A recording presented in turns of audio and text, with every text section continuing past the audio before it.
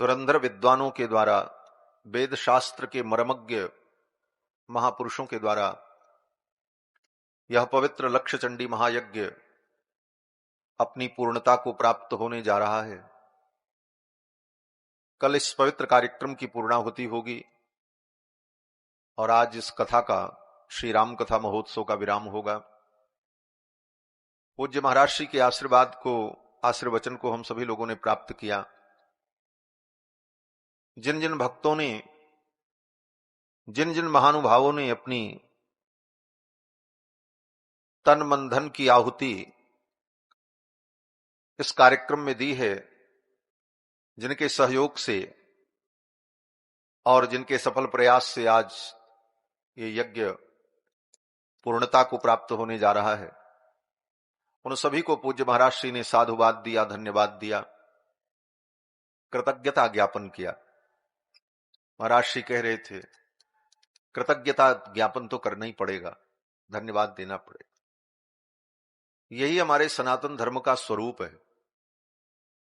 श्रीमद् वाल्मीकि रामायण में महर्षि वाल्मीकि कहते हैं कि कृते प्रति च कर्तव्यम एष धर्म सनातन। कृते प्रति च कर्तव्यम एष धर्म सनातन। हमारे अंदर कृतज्ञता का भाव हो, हम सदा कृतज्ञ रहें और वह कृतज्ञता ज्ञापित भी होती रहे। हम हृदय से कृतज्ञ बने रहें, लेकिन वो कृतज्ञता हमारी वाणी में, हमारे व्यवहार में परिलक्षित न हो, तब भी उसका कोई लाभ नहीं। ये कृतज्ञता ही सनातन धर्म है। कृते प्रति च कर्तव्यम एष धर्म सनातन। और सनातन धर्म की वैदिक परंपरा के महान पुरोधा पूज्य महाराज श्री, जिन्होंने भारतवर्ष में अनेक नगरों में अनेक महान बड़े बड़े यज्ञ किए, और उसी यज्ञ की श्रृंखला में यह यज्ञ विश्व के कल्याण के लिए, कोरोना महामारी से मुक्ति के लिए महाराज श्री ने संकल्प किया और वो पूर्ण हो रहा है। आज के इस वैज्ञानिक युग में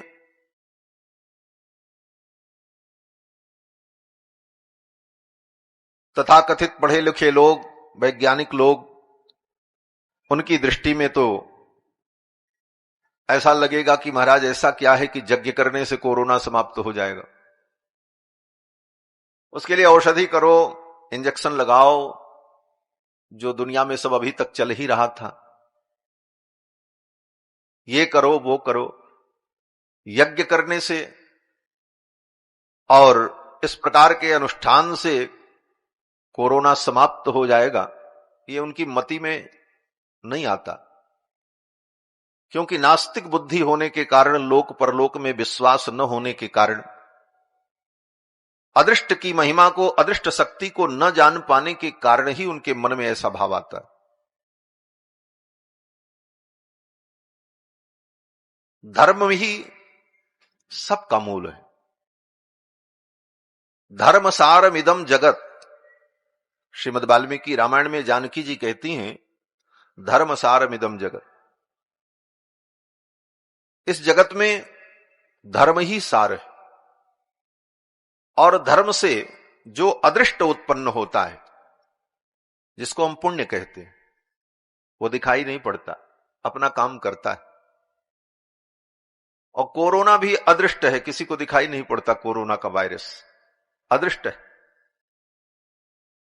उस अदृष्ट वायरस को मारने के लिए इस यज्ञ से उत्पन्न होने वाला महान अदृष्ट ही समर्थ है, जो कोरोना को सारे विश्व से समाप्त कर देगा। और महाराज जी ने आज मंच से घोषणा कर दी, सारे विश्व से कोरोना अब समाप्त हो जाए, यज्ञ के द्वारा उत्पन्न उस अदृष्ट शक्ति के द्वारा।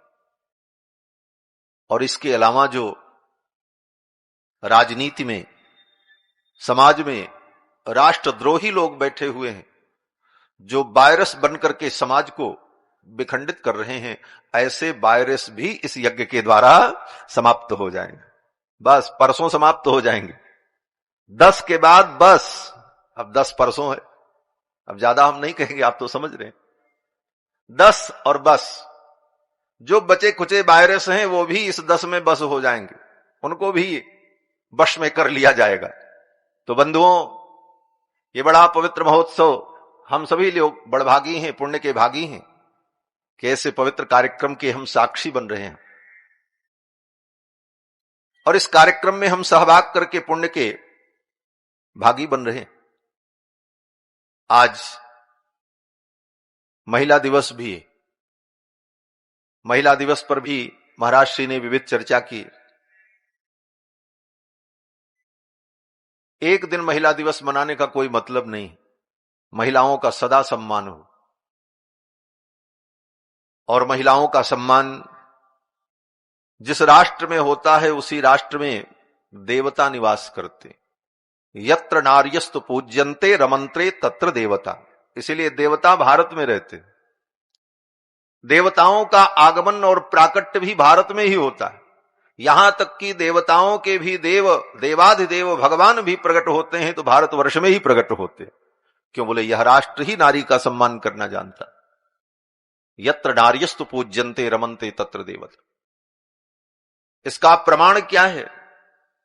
इस भारत राष्ट्र की विशेषता है कि इस राष्ट्र ने अपने राष्ट्र को नारी के रूप में ही अनुभव किया। भारत माता की जय। इसीलिए आज भी हम भारत माता की जय कहते, भारत पिता की जय नहीं कहते। राष्ट्र शब्द पिता के अर्थ में हम प्रयोग नहीं करते, मां के अर्थ में, भारत माता की जय। दुनिया में कोई राष्ट्र, कोई देश अपने देश को, राष्ट्र को माता नहीं कहता। यह भारतवर्ष की विशेषता है। हम भारत को मां कहते हैं। और ये भारत राष्ट्र है किससे? भारत राष्ट्र की परिभाषा क्या है? तो आदि कवि महर्षि वाल्मीकि कहते हैं भारत राष्ट्र राम के द्वारा राष्ट्र। भगवान श्री राम के चरित्र से, उनके संबंध से, उनके सिद्धांत के कारण ये भारत राष्ट्र है। महर्षि वाल्मीकि लिखते हैं कि गुरुदेव वशिष्ठ ने जब राम जी के वनवास की घटना को देखा तो अत्यंत दुखी होकर, खेद खिन्न होकर गुरुदेव वशिष्ठ ने कहा कि जिस राष्ट्र के राजा राम होते हैं, जिस राष्ट्र के नागरिक भगवान राम के आदर्शों पर चलते हैं, जो राष्ट्र राम के आदर्श पर चलता है वही राष्ट्र राष्ट्र होता है। वही देश राष्ट्र कहलाता है। और जहां पर राम नहीं रहेंगे, राम का सिद्धांत नहीं रहेगा, राम का आदर्श नहीं रहेगा, वो देश कभी राष्ट्र कहलाने के योग्य नहीं हो सकता।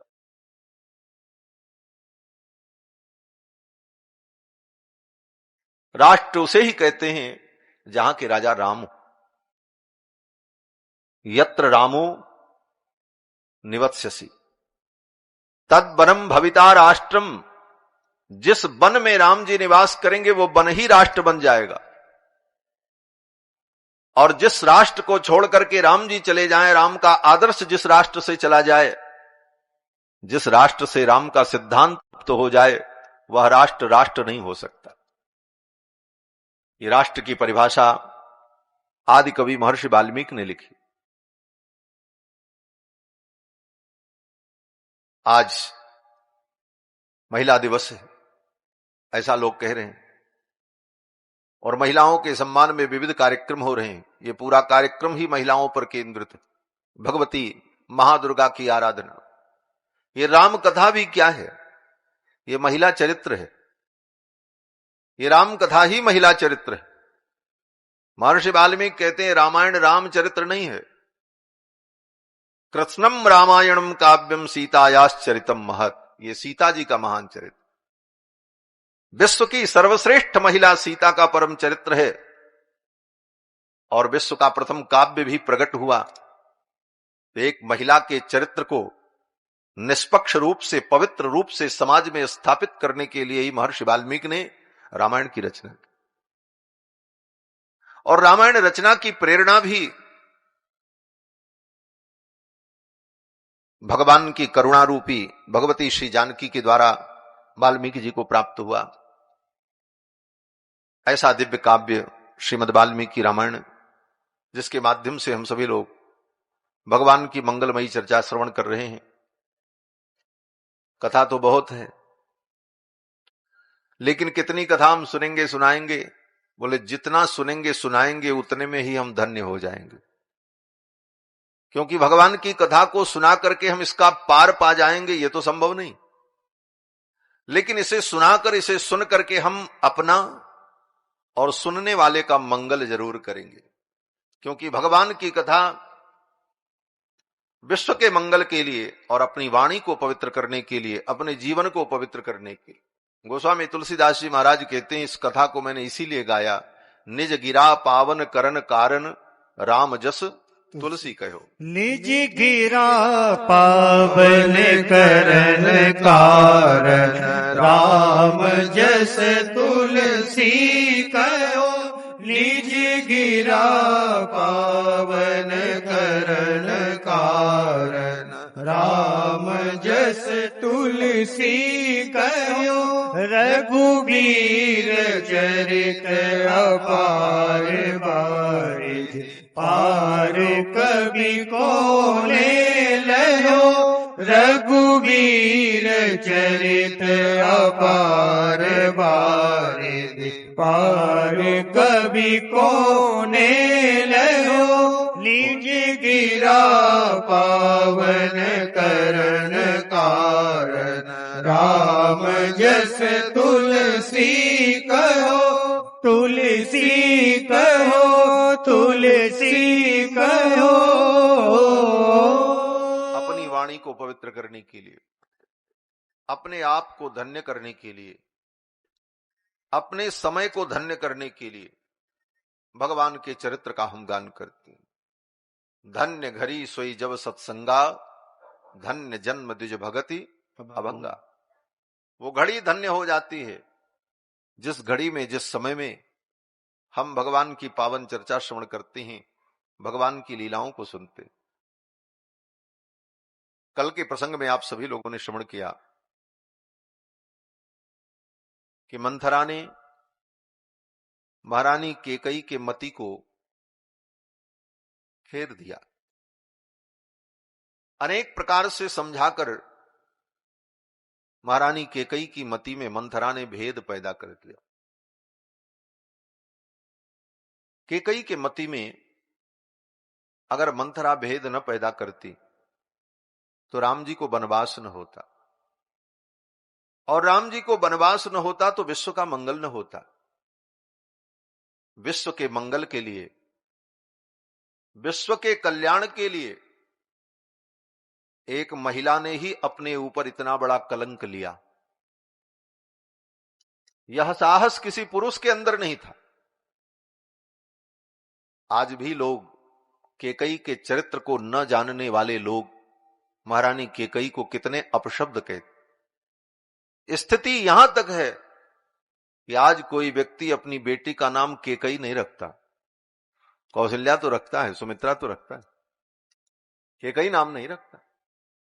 लेकिन महारानी कैकेयी का चरित्र कितना उदात्त है कि विश्व की रक्षा के लिए स्वयं विष पी लिया।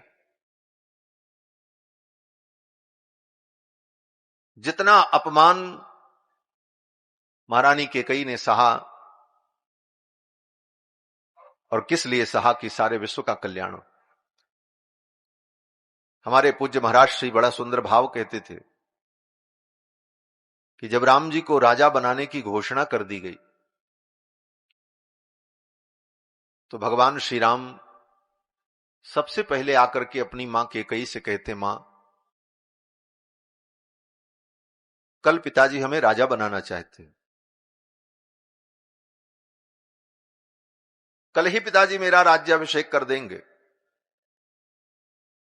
महारानी कैकेयी ने कहा, बेटा मैं भी चाहती हूं तुम राजा बनो, लेकिन पिताजी तुम्हारे जैसे चाहते हैं उस प्रकार मैं नहीं चाहती। लेकिन क्यों? महारानी कैकेयी ने कहा, मैं चाहती हूं कि तुम राजा बनो तो एक इतिहास बने, आने वाली पीढ़ियां जब राज्य की कल्पना करें कि कोई सुंदर राज्य हुआ तो यही शब्द उपस्थित हो, सबसे सुंदर राज्य अगर किसी का था तो राम जी का राज्य था। ये राज्य शब्द तुम्हारे नाम से जुड़ जाए, राम राज्य की लोग परिकल्पना करें, पीढ़ी दर पीढ़ी, जुग जुगों तक, जुग जुगांतर तक राम राज्य की लोग परिकल्पना करें, राम राज्य की कामना करें। दुनिया में राज्य बहुत हुए, बड़े बड़े राजा हुए, उन्होंने राज्य किया, लेकिन किसी का नाम राज्य से नहीं जुड़ा आज तक के इतिहास में। राजा तो हरिश्चंद्र भी हुए, लेकिन हरिश्चंद्र राज्य, दिलीप राज्य, भगीरथ राज्य कहीं नहीं कहा जाता, राम राज्य कहा जाता। राज्य शब्द अगर किसी के नाम से जुड़े तो राम के नाम से जुड़े। मैं चाहती हूं मेरा राम राजा बने तो ऐसा राजा बने कि जुग जुगों तक लोग इस राज्य को याद करें। मां कैकेयी ने कहा, बेटा जिस प्रकार से दानी तो सभी हुए, बड़े बड़े दानी इस दुनिया में हुए, लेकिन राजा बलि से बड़ा कोई दानी नहीं हुआ। इसलिए बहुत बड़ा कोई दान करता है तो लोग कहते हैं महाराज इन्होंने तो बलिदान किया। बलिदान का मतलब गला कटाना नहीं कि महाराज बलिदान हो गए, उस अर्थ में भी प्रयोग है इस शब्द का, लेकिन कहते हैं इन्होंने अपने जीवन में बहुत बड़ा बलिदान किया।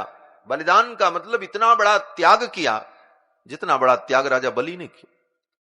ये दान शब्द बलि के साथ जुड़ा, कालांतर में ये दान शब्द कर्ण के साथ भी जुड़ा। दानवीर कर्ण कहे गए, लेकिन वो दानवीर कहे गए। केवल दान शब्द अगर जुड़ा तो राजा बलि के साथ, बलिदान। राजा बलि ने अपना सर्वस्व दान कर दिया। मां कैकेयी कहती हैं जैसे सत्यवादी तो सभी थे, बड़े बड़े राजा सत्यवादी थे, रघुवंश में जितने राजा हुए वे सत्यवादी थे। और इस पृथ्वी पर आज भी सत्यवादी लोग हैं। सत्यवादी नहीं रहेंगे तो ये पृथ्वी नहीं रहेगी। गोभिर विप्रैश्च वेदैश्च सतीभिः सत्यवादिभिः अलुब्धैर्दानशीलैश्च सप्तभिर् धार्यते महि। इस पृथ्वी को 7 लोगों ने धारण कर रखा। 7 ऐसे तत्व हैं जो इस पृथ्वी के धारक तत्व हैं, जो इसको धारण करते हैं, नहीं तो यह पृथ्वी रसातल में चली जाए।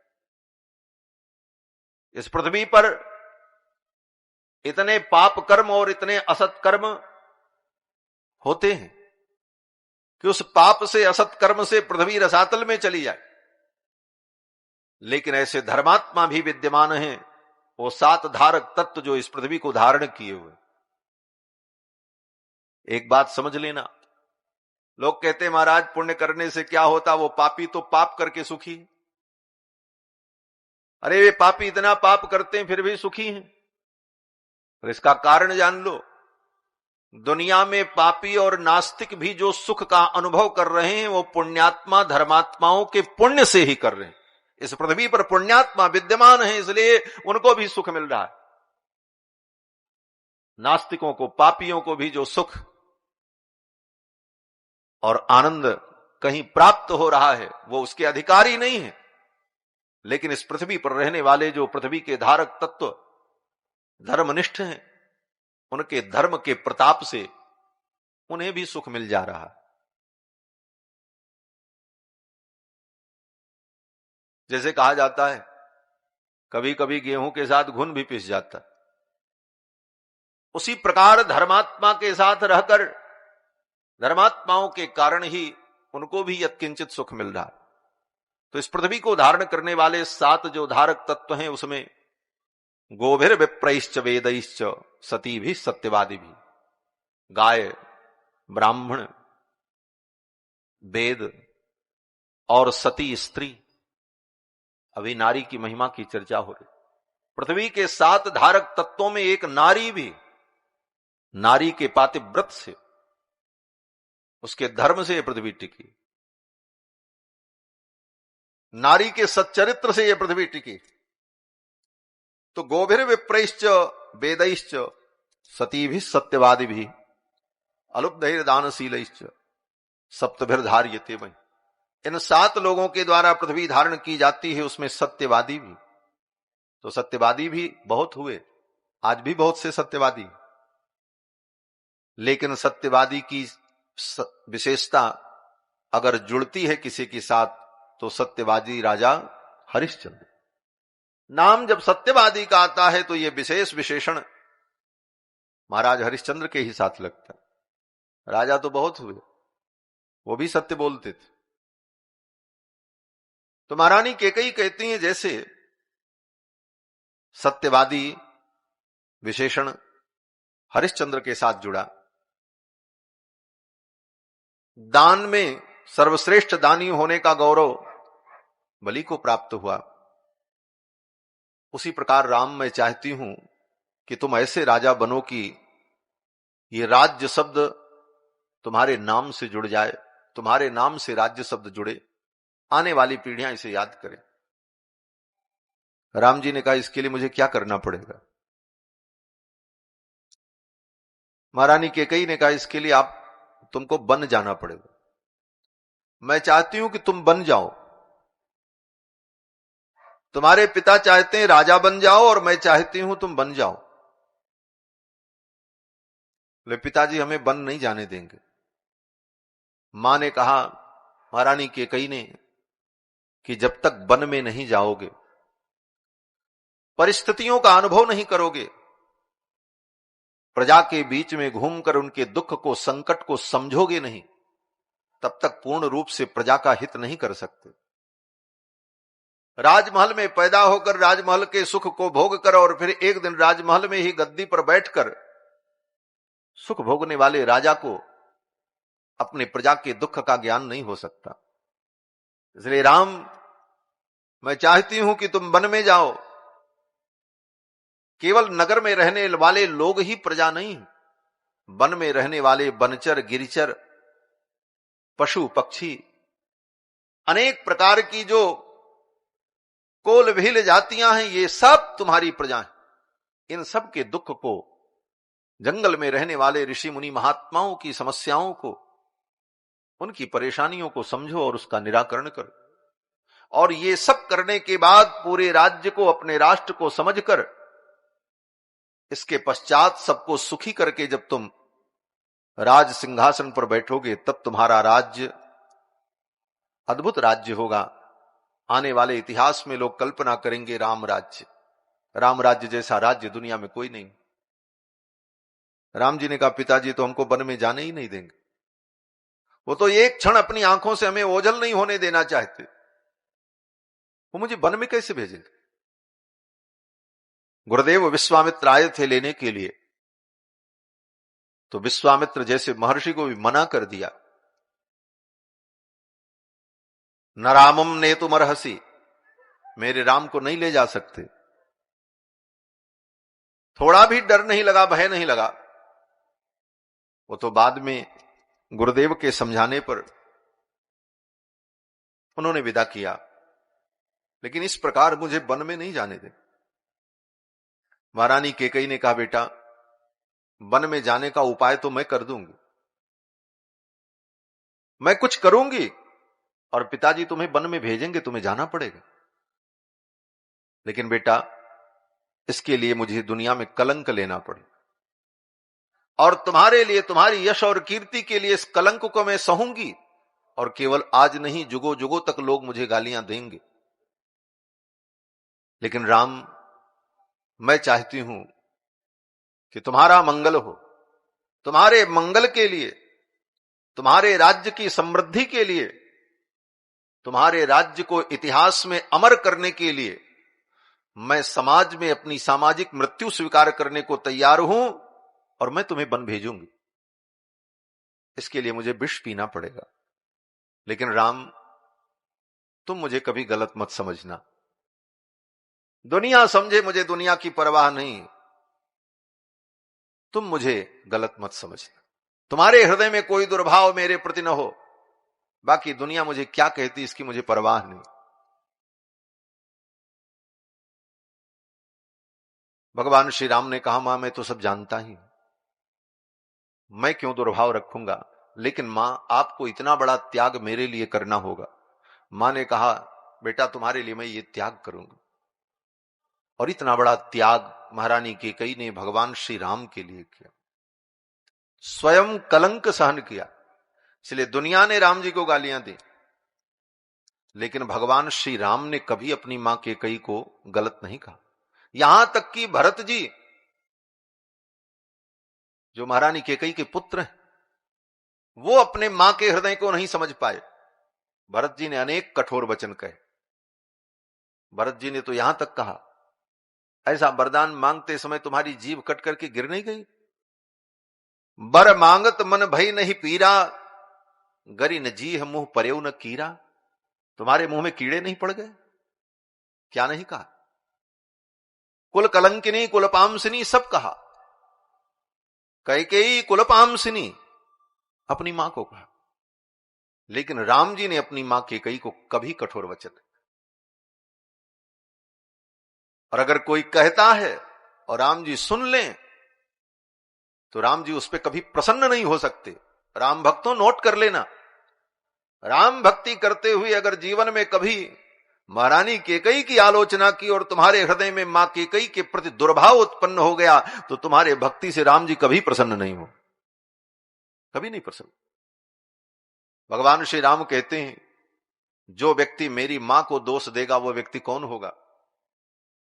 बोले मेरी मां को दोष देने वाला, महारानी कैकेयी को दोष देने वाला व्यक्ति वही होगा जिसने जीवन में सत्संग नहीं किया, सत्पुरुषों के चरण में वो व्यक्ति बैठा नहीं। वो अज्ञानी प्राणी, मूढ़ प्राणी होगा जो मेरी मां कैकेयी को दुर्वचन कहेगा। दोष देई जननी जड़ते,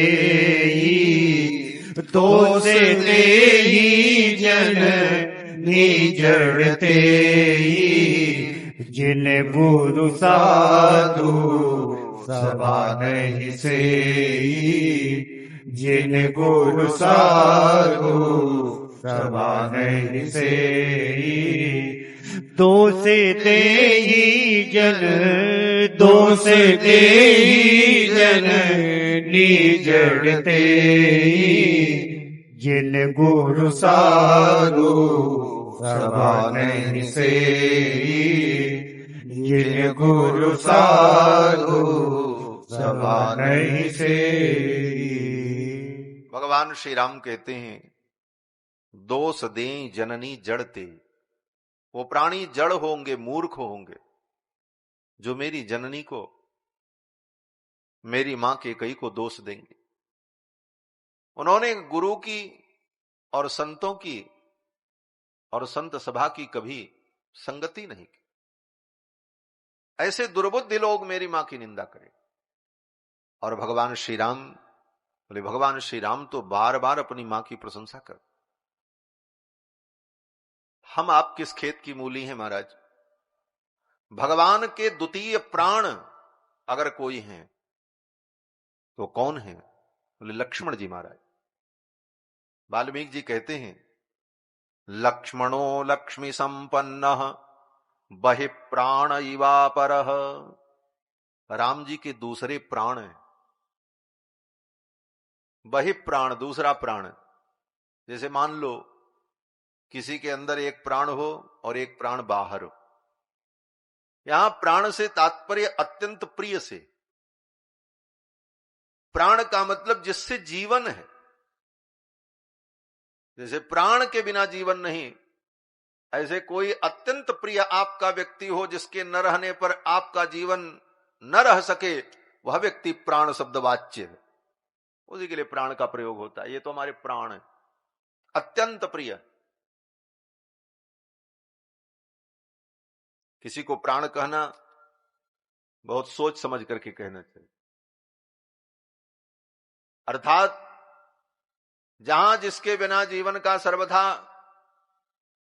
अभाव सिद्ध हो जाए उसे प्राण कहा जा सकता। आज तक तो लोग फॉर्मेलिटी में एक दूसरे को प्राण कहते हैं। किसी से मिलेंगे तो कहेंगे, महाराज आप तो मेरे प्राण हो, बड़े प्रेमी हो, आप तो मेरे प्राण हो। और तीसरे से मिले तो उसको भी कहा आप मेरे प्राण हो। चौथा मिला तो उससे भी यही कहेंगे, अरे आप तो मेरे प्राण हो। कि भगवान की कृपा समझो कि ये भीतर वाला प्राण नाराज नहीं होता, नहीं तो ये निकल के चला जाए, कहे इसी प्राण को लेकर रहो, जब यही प्राण है, हम जा रहे। प्राण का मतलब अत्यंत प्रिय, जिसके बिना जीवन संभव नहीं। बहि प्राणी वापर, ऐसे कौन है? बोले लक्ष्मण जी महाराज। लक्ष्मण जी से ज्यादा भगवान को कौन प्रिय होगा? ये बात अलग है कि भगवान को तो सभी प्रिय है, कोई प्रिय है और कोई अतिशय प्रिय है, कोई अति प्रिय है, लेकिन सब कुछ ये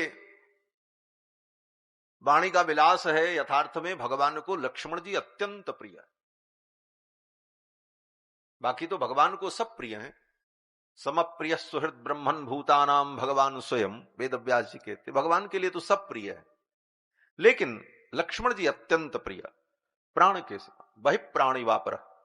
लेकिन वे लक्ष्मण जी भी अगर मां के कई को कुछ कह दें तो भगवान उनकी भी बात सह नहीं सकते। और उदाहरण है, पूरी कथा मैं आपको नहीं सुना पाऊंगा, महाराज जी ने कहा है, लेकिन महाराज जी ने यह भी कहा सब जगह चंचू मारते चलना, थोड़ी थोड़ी चोंच सब जगह लगाते चलना। तो हर प्रसंग इसी प्रकार से कहीं न कहीं स्पर्श हो जाता है। पंचवटी में भगवान जब गोदावरी में स्नान करने जाते हैं, साथ में लक्ष्मण जी भी गए। शरद ऋतु थी, शरद ऋतु में ठंडी शुरू हो जाती है, और उत्तर भारत में तो अच्छी ठंडी शुरू हो जाती है। भगवान जब गोदावरी में स्नान करने गए तो गोदावरी के जल में जब स्नान किया तो भगवान श्री राम को थोड़ी ठंडी लगी, भरत जी की याद आई। तो भगवान श्री राम भरत जी की चिंता करने लगे, सोचने लगे कि कथम तो पर रात्रेषु सरयूम अवगाहते। अयोध्या में श्री भरत जी महाराज अर्धरात्रि में सरयू में कैसे स्नान करते होंगे? जब यहां इतनी ठंडी पड़ती है तो अयोध्या में तो बहुत ठंडी हो। कथम तपर रात्रेषु सरयूम अवगाहते। भरत जी सरयू में स्नान करने कब जाते थे? बोले रात्रि के 2 बजे जाते थे। लोग 4 बजे 5 बजे ब्रह्म मुहूर्त में जाएं, भरत जी रात्रि के 2 बजे स्नान करने जाते। क्यों? बोले भरत जी सोचते थे सवेरे सभी लोग स्नान करने जाएंगे, और उस समय अगर मैं भी स्नान करने गया और सवेरे सवेरे लोगों ने मेरा मुंह देखा तो लोग यही कहेंगे कि आज किस पापी का मुख मैंने देख लिया, जिस पापी के कारण राम जी को वन में जाना पड़ा, अयोध्या अनाथ हो गई। सवेरे सवेरे इनका मुंह देख लिया, अब तो पूरा दिन बिगड़ जाएगा। कभी कभी लोग कहते हैं महाराज आज सवेरे सवेरे अमुक व्यक्ति का मुख देखा हमने, क्या होगा? ऐसी बातें समाज में होती।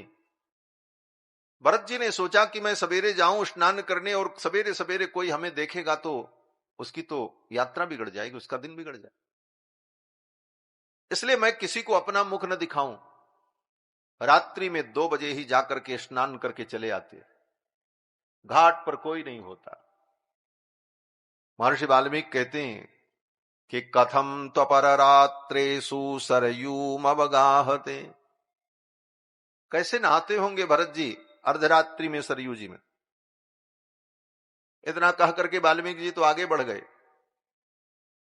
टीकाकार विद्वानों ने समाधान ढूंढा, रात्रि में 2 बजे भरत जी कैसे नहाते हो? बोले भरत जी को रात्रि में 2 बजे स्नान करने में भी ठंडी नहीं लगती थी। क्यों ठंडी नहीं लगती थी?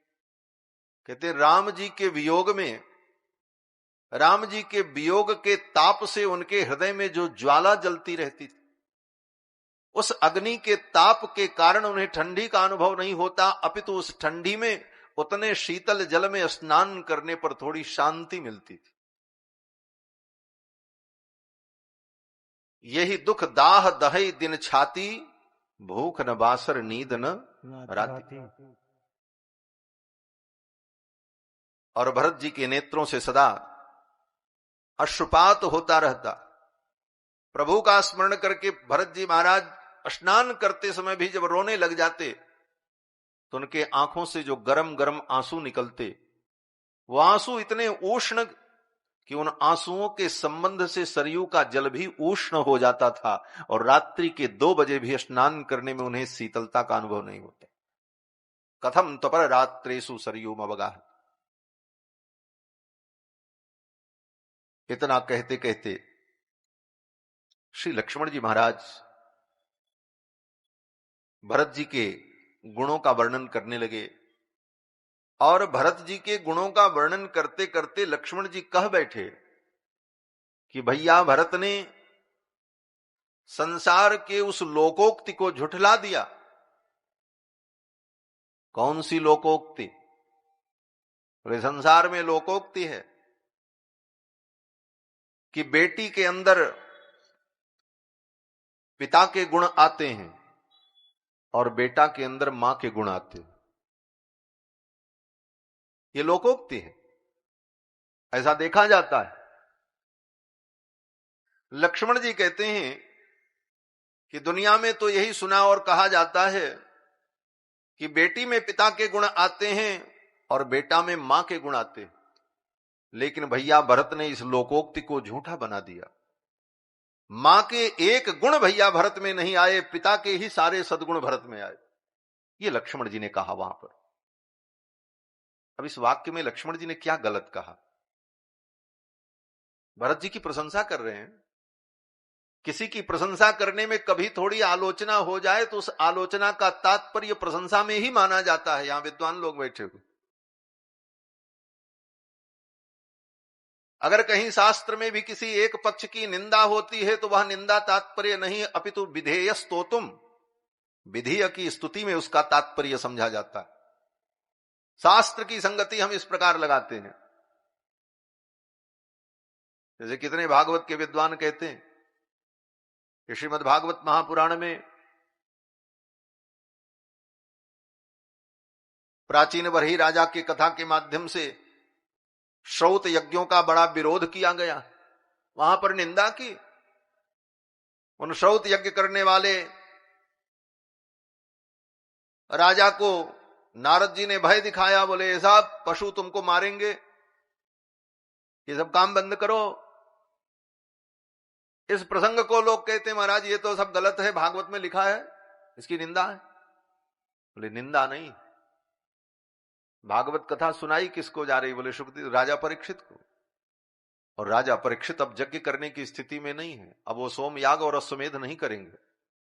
अब वो भ्रातृस्तोम और अग्निष्टोम और बड़े बड़े याग और सत्र नहीं करेंगे, क्योंकि उनके पास अब समय नहीं, 7 दिन का समय। और यज्ञ तो कामना से फल की प्राप्ति के लिए किया जाता है। उन सब से उपरत होकर के महाराज परीक्षित गंगा के तट पर आए हैं। उन्हें वैराग्य का उपदेश हो, उनका मन ब्रह्म परमात्मा में तल्लीन हो, तात्पर्य ये है। इसलिए उन लौकिक कर्मों की कहीं यत्किंचित आलोचना अगर हो गई तो वह आलोचना के लिए नहीं है, अपितु वो विधेय ब्रह्म ज्ञान तत्व ज्ञान की स्तुति में है, उसका तात्पर्य ये समझना चाहिए। अन्यथा शास्त्र के सारे प्रयोग व्यर्थ हो जाएं। वेदों में, श्रौत सूत्रों में, ग्रंथों में जो कहा गया, ब्राह्मण ग्रंथों में, वो सब व्यर्थ हो जाएगा। भागवत की एक कथा के और एक श्लोक के माध्यम से वैदिक उस सिद्धांत को आप इस तरह से उड़ा नहीं सकते, उसकी संगति लगानी होती। और संगति यही है कि वहां पर ब्रह्म ज्ञान तत्व ज्ञान को दृढ़ करने के लिए इन विषयों को उनसे अवर बताया गया, उसकी निंदा की गई। तो इस प्रकार से जहां कहीं निंदा का प्रसंग आता भी है तो उसका तात्पर्य विधेय की स्तुति में होता है। अगर लक्ष्मण जी ने कहा भी कुछ तो लक्ष्मण जी ने भरत जी की प्रशंसा की, और भरत जी की प्रशंसा करने के उद्देश्य से उन्होंने ये कहा कि मां के एक भी गुण नहीं आए। मां की निंदा करना यह लक्ष्मण जी का लक्ष्य नहीं था। लक्ष्मण जी का लक्ष्य वहां पर भरत जी के गुणों का वर्णन था। लेकिन भरत जी के गुणों के वर्णन में, कहने में यह कहना पड़ा कि मां के कई के एक भी गुण भरत में नहीं आए। और इतनी सूक्ष्म बात को राम जी ने पकड़ लिया और राम जी ने कहा, लक्ष्मण तुम मेरी मां की निंदा मत करो। वहीं गोदावरी में ही स्नान करते हुए, गोदावरी के तट पर ही भगवान ने लक्ष्मण जी को डांट दिया। अत्यंत प्रिय प्राणस्वरूप लक्ष्मण को डांट दिया भगवान ने और कहा, लक्ष्मण नते मध्यम अम्बाता तो गर्हितव्या कदाचन। आज तो तुमने कह दिया, लेकिन कदाचन दोबारा कभी ऐसी वाणी में तुम्हारे मुंह से नहीं सुनना चाहिए। भगवान श्री राम ने कहा, नते मध्यमां बातात गर्हितव्या कदाचन। मेरी मां की कभी निंदा मत करना, मैं नहीं सुनना चाहता अपनी मां कैकेयी की आलोचना। मां कैकेयी ने मुझे वनवास दिया, तुम्हें नहीं दिया, तो तुम क्यों दुखी हो रहे हो? तुम तो अपनी मर्जी से आए हो, तुम अयोध्या में भी रह सकते थे, इसलिए मेरी मां की आलोचना मत करो। लक्ष्मण जी थोड़े सहम गए। लक्ष्मण जी को लगा कि मुझसे कुछ गलती हो गई, पश्चाताप होने लगा। तो भगवान तो स्वामी हैं, स्वामियों का स्वभाव होता है, नाथ प्रभुन कर सहज स्वभावु, सांसत पुनिकर करें पसाऊ। स्वामी का स्वभाव होता है कि अगर स्वामी डांटता है, अच्छे के लिए डांटता है, और जब देखता है कि मेरे डांटने पर इसे पीड़ा हुई, थोड़ा मन खिन्न हुआ है, तो फिर उसे दुलार भी करता है। ये स्वामी का स्वभाव। नाद प्रभुन कर सहज स्वभाव, सांसत पुनि करे करहि पसाऊ। भगवान श्री राम ने देखा लक्ष्मण को मैंने डांट तो दिया, फिर भगवान ने लक्ष्मण से कहा, लक्ष्मण एक काम करो, तमेवं इक्ष्वाकुनाथस्य भरतस्य कथाम कुरु। भगवान ने कहा, लक्ष्मण जो तुम इक्ष्वाकु कुल के नाथ, भगवान श्री राम भरत जी को कहते हैं ये इक्ष्वाकु कुल के नाथ, जो वर्तमान में इक्ष्वाकु कुल के नाथ हैं, इक्ष्वाकु कुल जिनके द्वारा सुरक्षित है, उन भरत की कथा मुझे सुनाओ।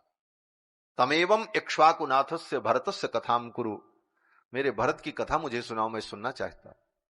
इस तरह कह करके लक्ष्मण जी को फिर दुलार किया और कहा, भरत की चर्चा कर रहे थे, सुनाओ, भरत के गुण का वर्णन करो।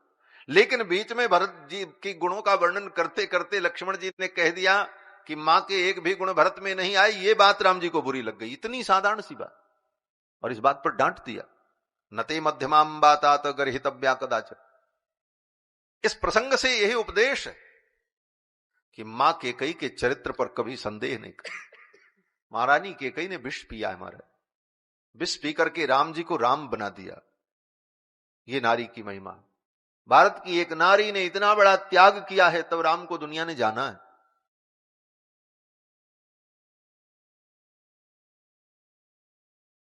भगवान श्री राम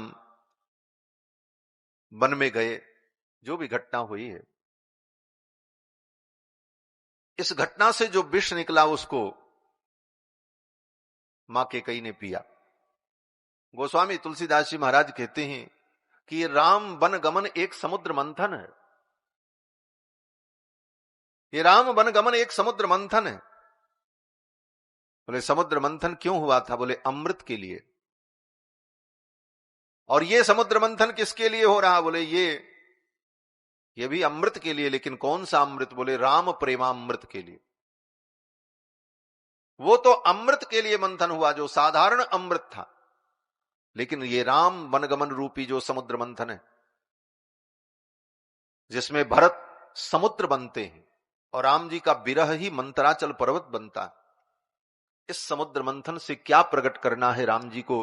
बोले राम जी इस समुद्र मंथन से राम प्रेमामृत प्रकट करना चाहे। जिस राम प्रेमामृत को पी करके जीवात्मा सदा सदा के लिए तृप्त और आनंदित हो सकता है। स्वर्ग के अमृत को पी करके तो कुछ दिन स्वर्ग का सुख भोग सकता है, पुण्य क्षीण होने के बाद सुख और आनंद समाप्त हो जाए। क्षीणे पुण्य मर्त्य लोकम विशंति। लेकिन राम प्रेमामृत जो है यह जीवों को प्राप्त हो इस प्रेमामृत को पी करके, इस रसामृत को पी करके जीवात्मा धन्य हो जाए, इसलिए यह समुद्र मंथन हुआ। प्रेम अमीय मंदर विरह भरत पयोधि गभीर, मति प्रगट्यो सुर साधु हित कृपा सिंधु रघुबीर। वो समुद्र मंथन हुआ, उस समुद्र मंथन से जो अमृत निकला, वो अमृत तो राक्षस और देवताओं के लिए था।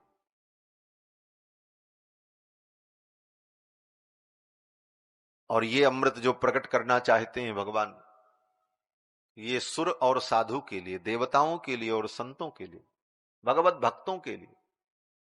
प्रेम अमीय मंदर विरह भरत पयोधि गंभीर, भरत जी ही वो गंभीर समुद्र हैं। और एक समुद्र नहीं, 7 समुद्र। वो समुद्र मंथन तो एक समुद्र का हुआ, क्षीरार्णव का, लेकिन यहां तो 7 अर्णव हैं। भरत जी 7 समुद्रों के मानो समूह हैं। भरत शील गुण विनय बड़ाई, हायप भगति भरोस भलाई, कहत सारदहु कै मति हींचे, सागर सीप की जाई उलीचे। ये 7 समुद्र हैं। और उस 7 समुद्र के संयुक्त रूप श्री भरत जी महाराज। भरत पयोधि गंभीर। और इस समुद्र को मथने के लिए मंदराचल क्या है?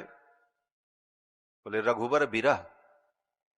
अपने बिरह रूपी मंदराचल के द्वारा भरत के हृदय रूपी समुद्र को भगवान ने मथा। किस लिए? बोले प्रेमामृत के लिए। लेकिन बंधुओं, जब भी समुद्र मंथन होता है तो अमृत बाद में प्रकट होता है, विष पहले प्रकट होता है। समुद्र मंथन हुआ, विष पहले प्रकट हुआ। और विष को पिया किसने? बोले विश्वनाथ ने। और विश्वनाथ ने जब विष पिया तब सारे देवताओं को और लोगों को अमृत पीने को मिला। अगर विश्वनाथ विष न पीते तो उस विष से कोई बचता ही नहीं। और बचता नहीं तो कौन अमृत पीता? अमृत होता किसके लिए? कहते हैं भरत रूपी समुद्र को भगवान ने अपने मंदराचल पर्वत से मथा, राम प्रेमामृत प्रकट करने के लिए। लेकिन उस राम प्रेमामृत को कौन पीता? क्यों? बोले पहले तो विष प्रकट हुआ, कलंक का विष। और उस कलंक के विष को पीने के लिए विश्वनाथ का काम अगर किसी ने किया तो भगवती केकई ने किया है। और केकई ने उस विष को पिया है, तब सारे दुनिया को राम प्रेमामृत मिला है। ये केकई का चरित्र। केकई ने कभी अपने इस प्रेम को प्रकट नहीं किया। प्रेम प्रकट हो जाए तो प्रेम क्या है? भगवान के प्रति हमारा प्रेम है और हम इसको प्रकट कर दें, ये तो गोपनीय तत्व है। गोपनीयम गोपनीयम गोपनीयम प्रयत्नता। प्रेम तो गोपनीय है, इसको जितना हम गोपनीय रखें। भक्तमाल में एक भक्त की कथा है। भक्तमाल ग्रंथ श्री भक्तमाल जी, जिसमें भक्तों के बड़े विविध सुंदर सुंदर चरित्र हैं महाराज।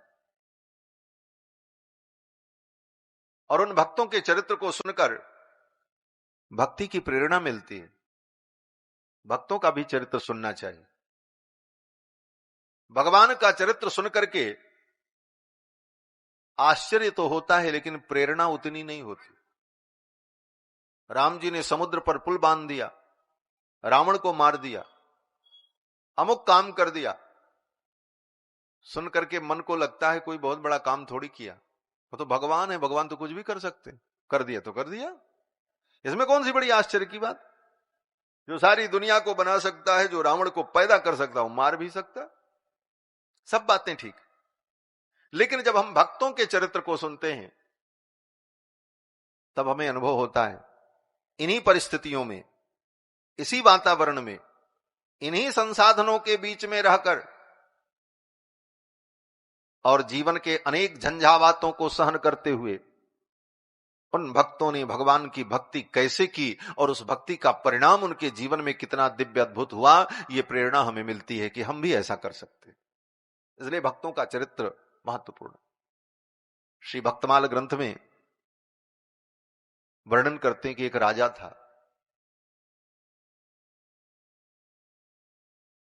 उसका नाम वर्णन नहीं है, लेकिन उसके कर्मों के अनुसार उसके नाम का निर्धारण किया लोगों ने। वो कौन सा राजा था? बोले अंतरनिष्ठ भक्त राजा। अंतरनिष्ठ भक्त माने जिसके अंतर में भक्ति थी, प्रेम था, दुनिया नहीं जान पाई। ऐसे एक राजा का चरित्र है। उस राजा की पत्नी भगवान की परम भक्ता थी, खूब मंदिर में कीर्तन करे, कथा सुने, भगवान की खूब पूजा करे, भोज भंडारा हो, विविध प्रकार के उत्सव रोज मनाए जाएं रानी के आदेश से। रानी भगवान की परम भक्ता थी। और महाराज, बोले महाराज भी भगवान के भक्त थे, लेकिन वो भीतर से भक्त थे, उनकी भक्ति कोई जान नहीं पाता था।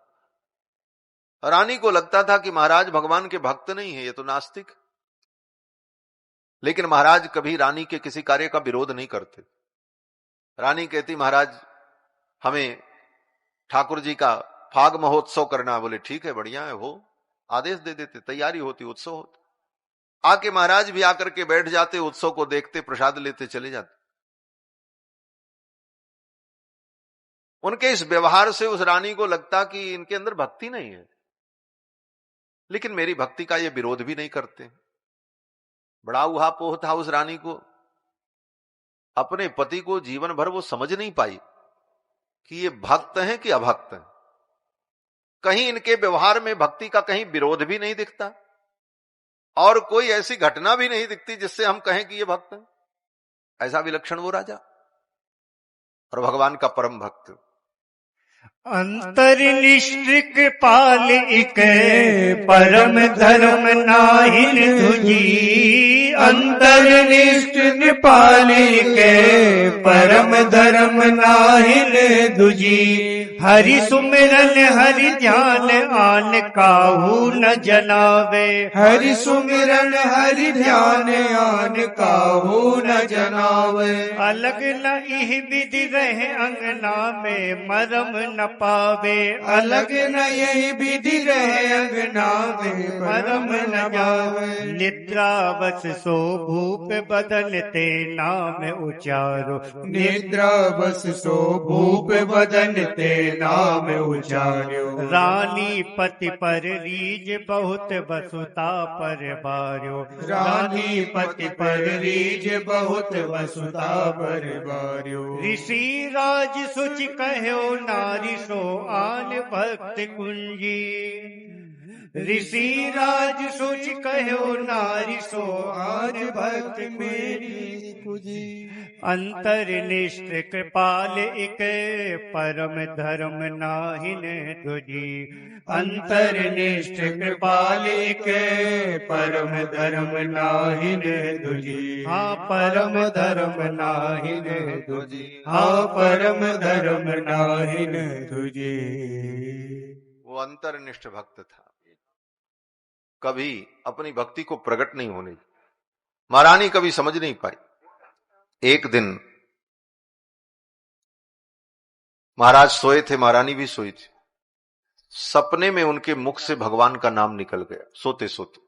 निद्रावश थे, सोए हुए थे, और सोए सोए उनके मुंह से राम राम हरि ऐसे शब्द निकले।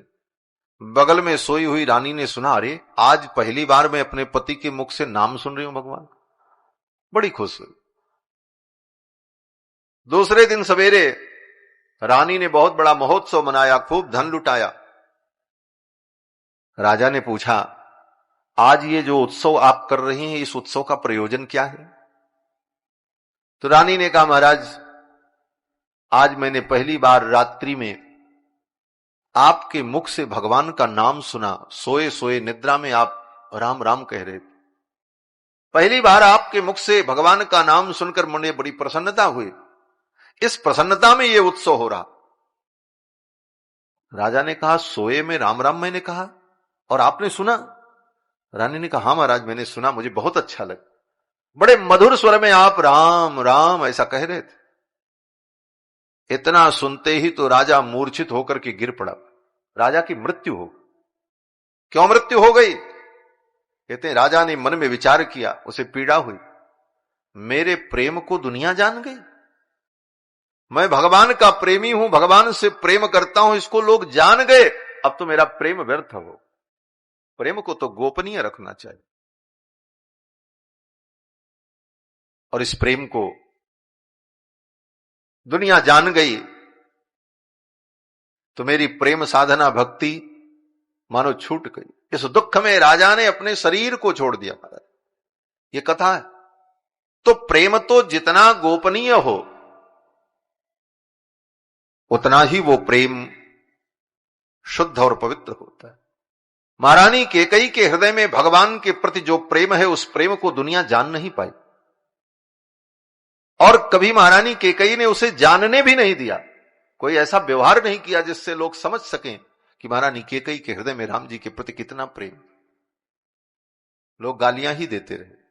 बड़े बड़े कवियों ने भी यत्र तत्र अपने काव्यों में महारानी कैकेयी को कितने कटु वचन कहे। महारानी कैकेयी ने अपने प्रेम को कभी प्रकट नहीं होने दिया और सदा कठोर बनी रही, लेकिन ऊपर से कठोर रही। राम जी जब अयोध्या लौट करके आए तो सबसे पहले मां कैकेयी के चरणों में प्रणाम किया।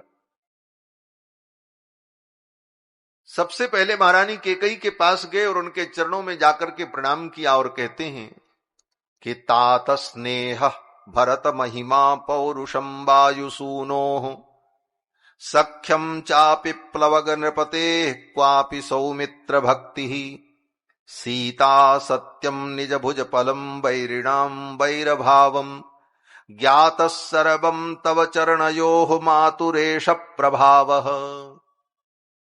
यही कह करके राम जी ने मां कैकेयी के चरणों में प्रणाम किया। प्रभु श्री राम ने कहा, मां तात स्नेह, मेरे पिता मुझसे कितना स्नेह करते थे ये मैंने जाना इस 14 वर्ष में। इस 14 वर्ष में मैंने जो जो समझा है उसमें एक तत्व तो ये है, पिता के स्नेह को मैंने जाना। भरत महिमा, मेरे भरत की महिमा क्या है ये मैंने जाना। पौरुषम वायुसूनो, वायुपुत्र हनुमान का पौरुष क्या है, उनका पराक्रम क्या है ये मैंने जाना।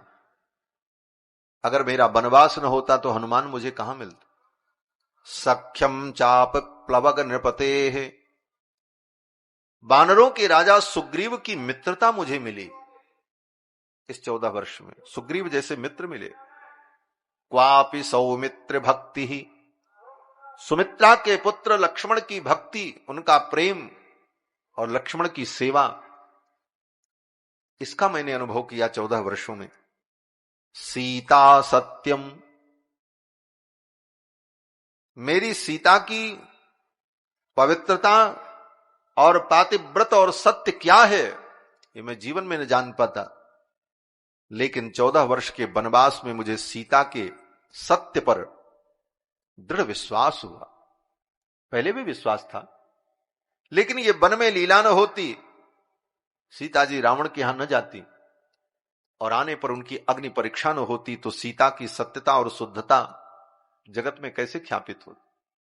राम जी कहते हैं सीता सत्यम निज भुज बलम, हमारी भुजाओं का बल क्या है यह भी मुझे मालूम नहीं था। मां 14 वर्ष का वनवास देकर के आपने मुझे यह अनुभव करा दिया। वैरिणाम वैरभावम, शत्रु किस प्रकार से वैर का निर्वाह करते हैं, विरोधी क्या क्या कर सकते हैं, यह भी मैंने जान पाता।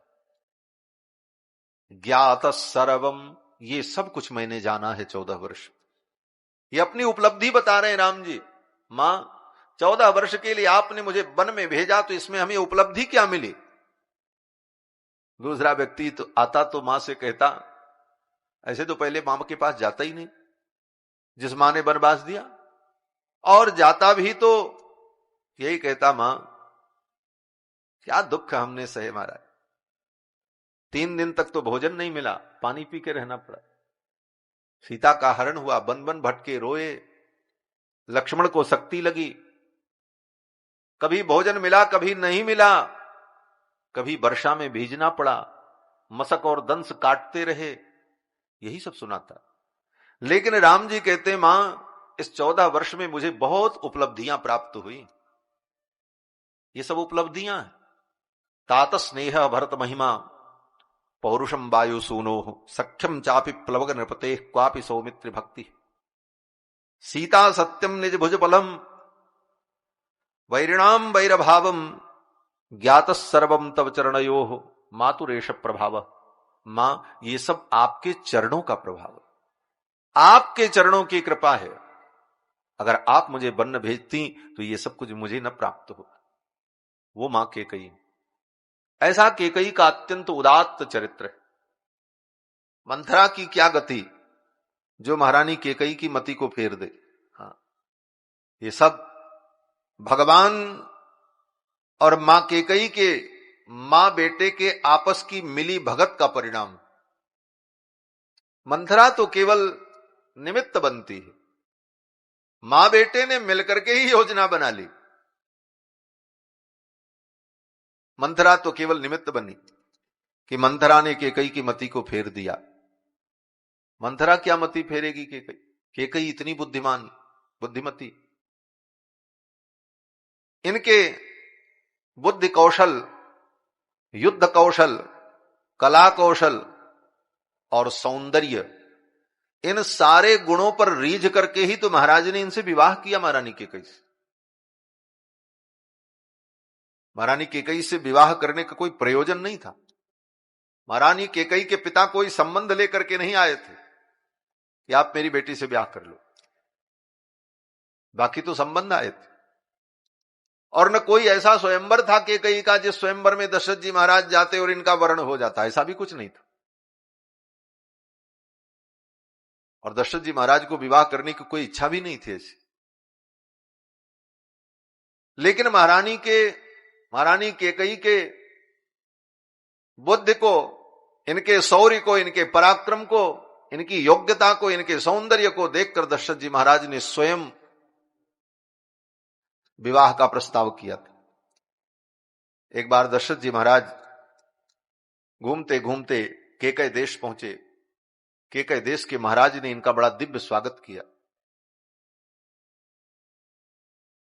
महाराज बैठे थे, केकई देश के राजा और दशरथ जी महाराज बैठे थे, दोनों वार्ता कर रहे थे महल के प्रांगण में। तब तक उधर से महाराज दशरथ ने देखा कि एक पुरुष राजकुमार घोड़े पर बैठा हुआ, परम सुंदर मनोहर, बड़े वेग से घोड़े पर बैठ करके आ रहा है। घोड़ा तड़तड़ तड़तड़ चल रहा था और सीधे घोड़े पर बैठे हुए महल के अंदर चला गया। उस राजकुमार को देखकर दशरथ जी महाराज ने केकई देश के राजा से कहा, महाराज आपके ये पुत्र हैं, राजकुमार हैं? तो केकई नरेश ने कहा, नहीं नहीं, राजकुमार नहीं, ये मेरी बेटी है, इसका नाम स्वरूपा है। बोले ये तो पुरुष जैसा दिख रहा। केकई देश के महाराज ने कहा, है तो मेरी बेटी, इसका नाम स्वरूपा है, लेकिन इसके अंदर पुरुष के वो सारे गुण विद्यमान हैं, शौर्य, वीर्य, पराक्रम, बुद्धि, चातुर्य, ये सारे गुण मेरी बेटी के अंदर। इस कारण से ये अक्सर पुरुष वेश में ही शिकार करने के लिए, मृगया करने के लिए जाती है, घुड़सवारी करती है, रथ चलाती है, सारी कलाएं इसको मालूम। दशरथ जी महाराज तो देखते ही रह गए। कन्या होकर के इन सारे गुणों से संपन्न नारी क्या नहीं कर सकती? लोग कहते हैं नारी सब नहीं कर सकती, बोले नारी के लिए कुछ असंभव नहीं। महारानी केकई समस्त कला में प्रवीण। दशरथ जी महाराज बड़े प्रसन्न हुए। महाराज दशरथ ने कहा केकई नरेश से, राजन आपकी बेटी ऐसी अद्भुत कला में प्रवीण है, ये तो बड़े आश्चर्य की बात है।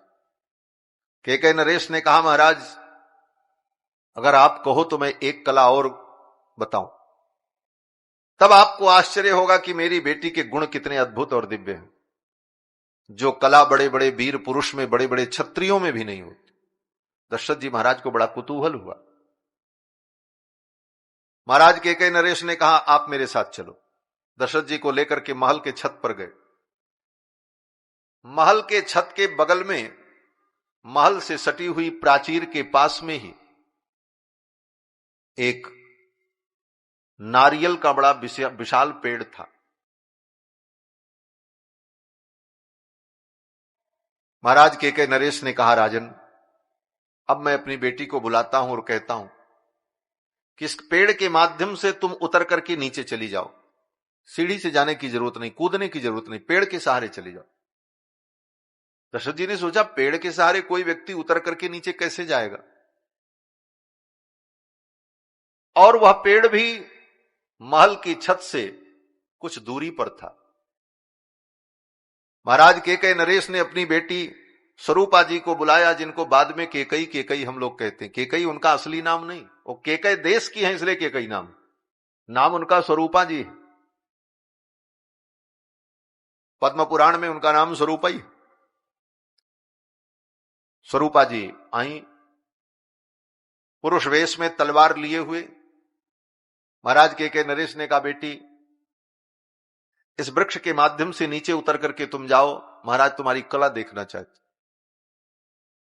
स्वरूपा जी उस छत से तलवार लेकर के उछली और सीधे वृक्ष पर पहुंची और तलवार को वृक्ष में ऐसे खचाक लगाया और उसके सहारे थोड़ी नीचे उतरी और घुमा करके इधर फिर इधर फिर इधर, इस प्रकार तलवार के सहारे ही वृक्ष को काटते हुए और उतरती चली गई और नीचे मात्र कुछ ही सेकंड में, कुछ क्षण में उस वृक्ष से उतरकर नीचे खड़ी हो। दशरथ जी महाराज तो देखते रह गए, उनकी आंखें खुली खुली रह। इस कन्या के अंदर ऐसी दिव्य कला, युद्ध कौशल, खड्ग चलाने की, तलवार चलाने की, यह कला तो बड़े बड़े वीरों में भी नहीं हो सकती। इतनी स्फूर्ति। दशरथ जी ने कहा राजन वास्तव में आपकी बेटी परम कला प्रवीण है, इस कला से तो मैं बहुत प्रभावित हुआ। तो महाराज कैकेयी नरेश मुस्कुराने लगे। उन्होंने कहा महाराज अभी तो आपने पूरी कला देखी ही नहीं। बोले अब क्या बचा है देखने। महाराज कैकेयी नरेश ने अपने सेवकों को इशारा किया इस वृक्ष को धक्का दो। दो सेवक आए और उन्होंने ज्यों ही उस वृक्ष को छुआ, जितने स्थानों पर तलवार लगी थी उतने टुकड़े उस वृक्ष के हो चुके थे। भर भर वृक्ष गिर पड़े, सारे टुकड़े बिखर गए। लेकिन उतरते समय एक भी टुकड़ा हिला नहीं, इतनी सावधानी थी। वृक्ष यथावत दिख रहा था। इस कला कौशल को देख करके महाराज दशरथ बहुत ही अभिभूत हुए और महाराज दशरथ ने कहा राजन मैं चक्रवर्ती सम्राट हूं, आप हमारे अधीनस्थ राजा हैं, लेकिन आज मैं आपसे याचना करता हूं आप अपनी बेटी का हमें कन्यादान करें। ऐसी महारानी मेरे महल में होंगी तो मेरे राज्य की शोभा होगी। ऐसी याचना करके महाराज कैकेयी जी को प्राप्त किए। इसलिए कैकेयी जी से इतना प्रेम है। कैकेयी जी के सद्गुण ऐसे दिव्य थे और वास्तव में महारानी कैकेयी के उन दिव्य गुणों के कारण, उनके हृदय की विशालता के कारण ही रघुनाथ जी मां कैकेयी के चरणों में अगाध प्रेम रखते। अपने मां कैकेयी की वो निंदा कभी नहीं सुन सकते। उनका पराक्रम, कहते हैं लक्ष्मण जी को जब शक्ति लगी, लक्ष्मण जी को जब शक्ति लगी युद्ध के मैदान में, तो भगवान श्री राम लक्ष्मण जी को गोद में लेकर के रो रहे थे। सुषेण वैद्य आए। रामचरितमानस के अनुसार तो सुषेण वैद्य लंका से लाए गए, लेकिन वाल्मीकि रामायण के अनुसार ये सुषेण वैद्य राम जी के दल में ही थे। ये सुषेण सुग्रीव के ससुर हैं और वैद्य थे, वानर राज थे। यह भी राजनीति का एक बड़ा सुंदर उपदेश है। श्रीमद् रामचरितमानस में और वाल्मीकि रामायण में दोनों की दृष्टि अलग अलग है। कभी भी शत्रु के वैद्य का उपयोग नहीं करना चाहिए, एक दृष्टि। ये राजनीति धर्म है। शत्रु के वैद्य को आप इलाज करने के लिए बुलाएंगे, वो आपको दवा के जगह पर जहर भी दे सकता है, विपरीत इलाज करके आपका हित कर सकता है। इसलिए शत्रु का वैद्य आवे इलाज करने के लिए राजनीति नहीं कहती। इसलिए वाल्मीकि रामायण की दृष्टिकोण के अनुसार सुषेण के द्वारा, वो लंका से बुलाए गए वैद्य के द्वारा चिकित्सा नहीं हुई लक्ष्मण जी। और रामचरितमानस के अनुसार लंका के वैद्य आए, वहां क्या दृष्टिकोण है, वहां क्या शिक्षा है? बोले वहां शिक्षा वैद्यों के लिए, चिकित्सकों के लिए। चिकित्सक का भी एक धर्म होना चाहिए। क्या धर्म है चिकित्सक का? बोले चिकित्सक का धर्म है आर्त व्यक्ति के दुख की निवृत्ति। वह आर्त चाहे अपना शत्रु ही क्यों न हो, अगर उसका इलाज करना पड़े तो तुम निष्पक्ष इलाज करो। ये वैद्य का धर्म होना चाहिए। ये दृष्टिकोण गोस्वामी जी का, इसलिए उन्होंने लंका से वैद्य को बुलाया। और वाल्मीकि जी जो है राजनीतिक दृष्टिकोण से वर्णन करते हैं कि सुषेण जी महाराज जो सुग्रीव के पिता हैं, वो वैद्य बन करके आए। सुषेण ने कहा सूर्योदय से पहले संजीवनी बूटी आ जाएगी तो लक्ष्मण के प्राण बचेंगे, कौन लाएगा? और कहां से? बोले धवलागिरी पर्वत से ले आना, हिमालय जाना पड़ेगा। किसी ने कहा कैसे होगा, क्या होगा? हनुमान जी ने कहा हम जाएंगे। हनुमान जी ने कहा मैं जाऊंगा और लेकर के आऊंगा। भगवान ने कहा हनुमान सूर्योदय के पहले लेकर के आ जाना है, केवल रात्रि भर का समय। हनुमान जी ने कहा प्रभु मैं गया और आया। बोले कितने जल्दी? हनुमान जी ने कहा एक खौलते हुए तेल के कड़ाहे में तेल खौल रहा हो, उसमें एक सरसों का दाना, राई का दाना डालो तो उस राई दाना को फूटने में कितना देर लगेगा? खौलते हुए तेल में राई का एक दाना डालो, और डालते ही वो बोला चट। हनुमान जी ने कहा हम आए पट, हम आ जाएंगे, देर नहीं लगेगी आने में, हम आ जाएंगे। चल पड़े। भगवान ने कहा हनुमान शीघ्रता करना। चला प्रभंजन सुत बल भाखी, अपने बल का अभिमान करके हनुमान जी चल पड़े। हम गए लेकर के आए। बंधुओं, अभिमान अगर आ जाए तो काम में बाधा उत्पन्न हो जाती। कोई भी आप कार्य करोगे अगर अभिमान आ गया तो बाधा उत्पन्न हो जाएगी। हनुमान जी लंका गए जानकी जी का पता लगाने के लिए, अभिमान नहीं किया, हृदय में भगवान को रख करके गए। हृदय राखि कौशलपुर राजा।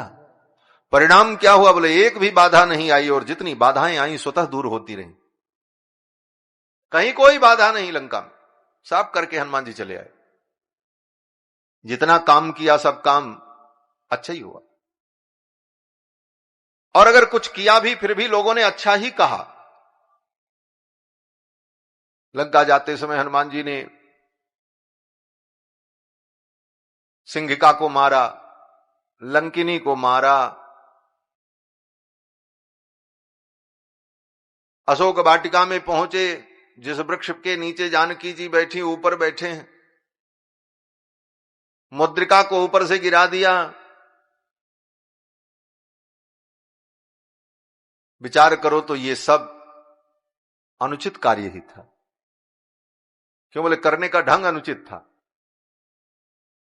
जिस वृक्ष के नीचे जानकी जी बैठी उस वृक्ष के ऊपर बैठना, अपने आराध्य से ऊंचे बैठना, ये तो मर्यादा ही नहीं। हनुमान जी बैठे, भगवान की मुद्रिका राम नामांकित है, आदर पूर्वक ला करके जानकी जी को देना चाहिए, ऊपर से टपका दिया।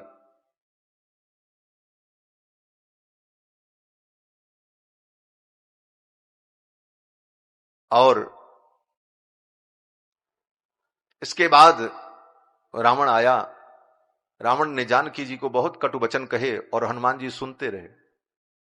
जानकी जी दुखी होती रही।